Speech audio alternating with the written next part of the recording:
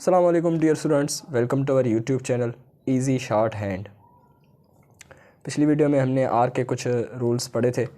आज हम 3 रूल मज़ीद पढ़ेंगे आर के, कि आर को हम किस तरह और अच्छा लिख सकते हैं। और उसके अलावा जी एक नोट है, नोट में देखते हैं क्या कहता है। फिर जी हमारे पास एक्सरसाइज के कुछ एक्सरसाइज हैं। उसके बाद जी चैप्टर कंप्लीट है। इंशाल्लाह आज आर को कंप्लीट करेंगे। चले जी, टॉपिक है हमारा नेक्स्ट रूल्स ऑफ आर। ठीक है जी, यहाँ पे मैं मेंशन कर देता हूँ डाउनवर्ड आर और अपवर्ड आर। ठीक है जी, मैं उम्मीद करता हूँ आपने पिछले रूल्स की भरपूर प्रैक्टिस कर ली होगी, एक्सरसाइज भी कर ली होगी। और जी शॉर्ट फॉर्म्स को पक्का रखें, प्रैक्टिस आपने नेक्स्ट लेवल रखनी है। बाकी लेक्चर्स आपको ठीक ठाक यहाँ पे मिलते रहेंगे। चले जी, अब पहला रूल क्या कह रहा है, डाउनवर्ड बिफोर एम। ठीक है जी, आपने एम से पहले जो आर आएगी वो आपने डाउनवर्ड लिखनी है। बस इस रूल में यही कह रहा है। फिर चाहे इनसे पहले कुछ आए, इनके बाद कुछ आए। अब एग्जांपल के साथ समझते हैं, आपको मज़ीद क्लियर हो जाएगा। जैसे कि अल्फाज ले लें हम, रूम। ठीक है जी, रूम थर्ड प्लेस का ऊ वावल है, आर थ्रू द लाइन। इसके बाद जी एम, एम से पहले ऊ है, मैंने एम से पहले लगाया है थर्ड पोजीशन पे। ठीक है जी, इस तरह एक और अल्फाज है हमारे पास, रोम। इसमें जी सेकंड प्लेस का ओ है तो लाइन पे लगाऊंगा मैं, और एम इसके बाद आ जाए। एम से पहले आर हमेशा डाउनवर्ड आए, इसमें कोई भी रूल का चक्कर नहीं है। आर के बाद ओ, रोम। इसके बाद ये रेमिडी। अब अल्फाज आ गया रेमिडी, रे मी टी, टी के बाद वाई, आर के बाद ई, एम के बाद भी ई, रेमिडी। इसके बाद ये फॉर्म। अब देखें, इन दोनों से पहले कुछ आ जाए या इन दोनों के बाद कुछ आ जाए वो मसला नहीं है, बस ये दोनों साथ में आ रहे हैं तो इस तरह लिखे जाएंगे। अब आर के साथ एम के साथ अगर हम अपवर्ड आर लिखते हैं तो ये कुछ ऑकवर्ड सी स्ट्रोक बन जाएगी जो हमारे पास किसी काम की नहीं है। हमें स्ट्रोक अल्फाज जो बनाना है वो शॉर्ट भी बनाना है और परफेक्ट भी बनाना है। ठीक है जी, इन 2 चीज़ों का आपने ख्याल करना है। आपके अल्फाज शॉर्ट भी बनेंगे, छोटे भी होंगे और परफेक्ट बनेंगे। नेक्स्ट हमारे पास है जी फॉर्म,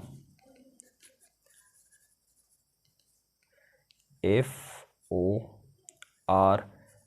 फॉर्म। इस तरह अपने वावल लास्ट में लगाना है, पहले आपने पूरा अल्फाज लिख लेना है। इस तरह जी फिल्म अल्फाज है, इसमें शॉर्ट ई है, फिल्म। आप इसमें आय भी लगा सकते हैं, कोई मसला नहीं होगा। अलार्म, ये अलार्म नहीं है, अलार्म है। ये हो गया ALARM, अलार्म। ठीक है जी, उसके बाद ये रिमूव,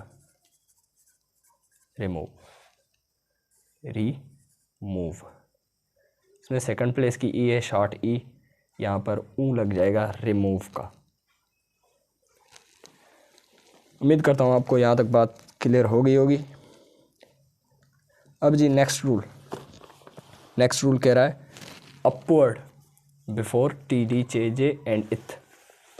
आपने अपवर्ड आर लिखनी है किससे पहले, अपवर्ड आर लिखें TD, JJ, इथ। साथ ही आप यहाँ पे द भी इंक्लूड कर लें और ये भी इंक्लूड कर लें, अगर अपवर्ड आर के बाद कोई डाउनवर्ड स्ट्रोक आती है तो हमें अपवर्ड आर लिखनी है, क्योंकि एक अपवर्ड होगी दूसरी डाउनवर्ड होगी तो अल्फाज आपका क्लियर बनेगा। ठीक है जी, ये एक अलग बात हो जाएगी कि आर के बाद हम अप स्ट्रोक लिखें। ये आगे चल के हमारा जो नेक्स्ट रूल है वो हम पढ़ेंगे, उसमें जी ये बात कह रहा है। अदरवाइज़ एम से पहले आ जाए तो हमने आर डाउनवर्ड लिखनी है, एम के बाद आ जाए तो वो सिचुएशन के ऊपर डिपेंड करता है।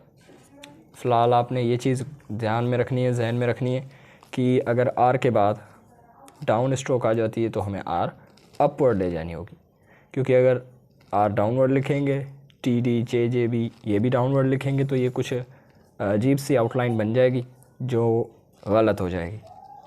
ठीक है जी। अब हमारे पास नेक्स्ट रूल कह रहा है upward after a straight stroke, straight up stroke. ठीक है जी। आर के बाद अप स्ट्रोक आ जाए तो हमने आर को अपवर्ड ही लिखना है। इसका बेहतरीन एग्जांपल है, अल्फाज है हमारे पास लायर, एल अपवर्ड जा रही है। ठीक है जी। वाई भी अपवर्ड है।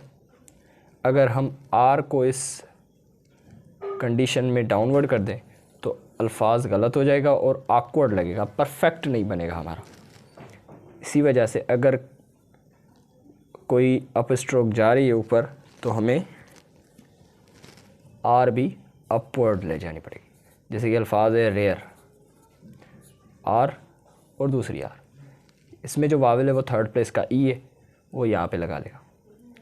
अगर आर अपवर्ड है या कोई और स्ट्रोक है जो अपवर्ड जा रही है, उसके बाद भी हम आर अपवर्ड ही लिखेंगे।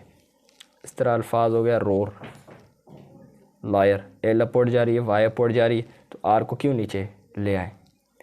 अब वाई को आपने थोड़ा सा बड़ा कर देना है, ऐसा नहीं कि अल्फाज फुली बड़ा कर दें, ये ऑकवर्ड बन जाएगा। हल्का सा वाई को बड़ा कर दें, जस्ट फील हो जाए कि वाई ऐड है।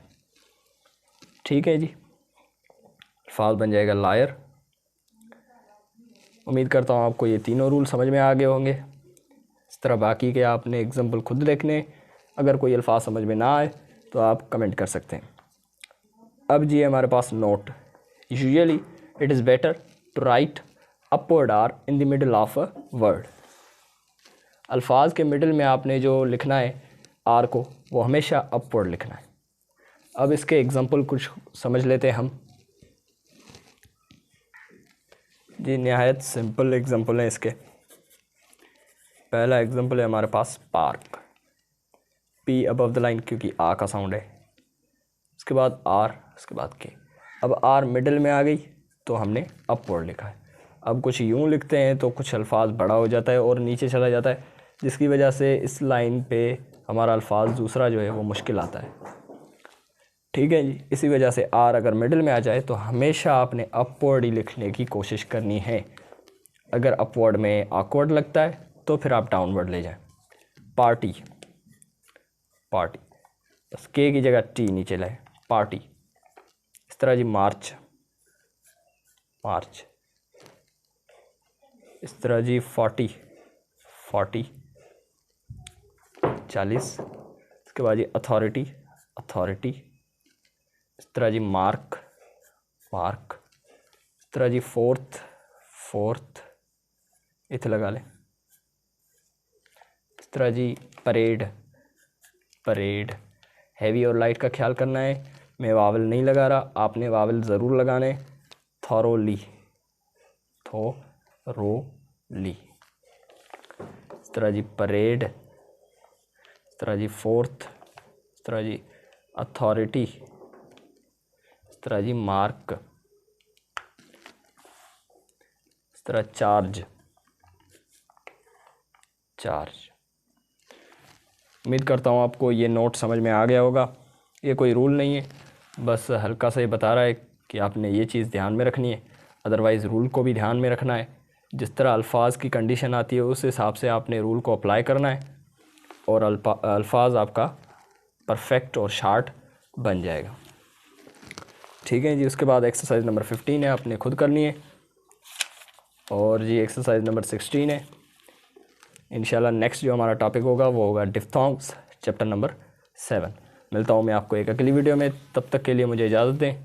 वीडियो पसंद आने की सूरत में वीडियो को लाइक शेयर लाजमी करें। अल्लाह हाफ़िज़।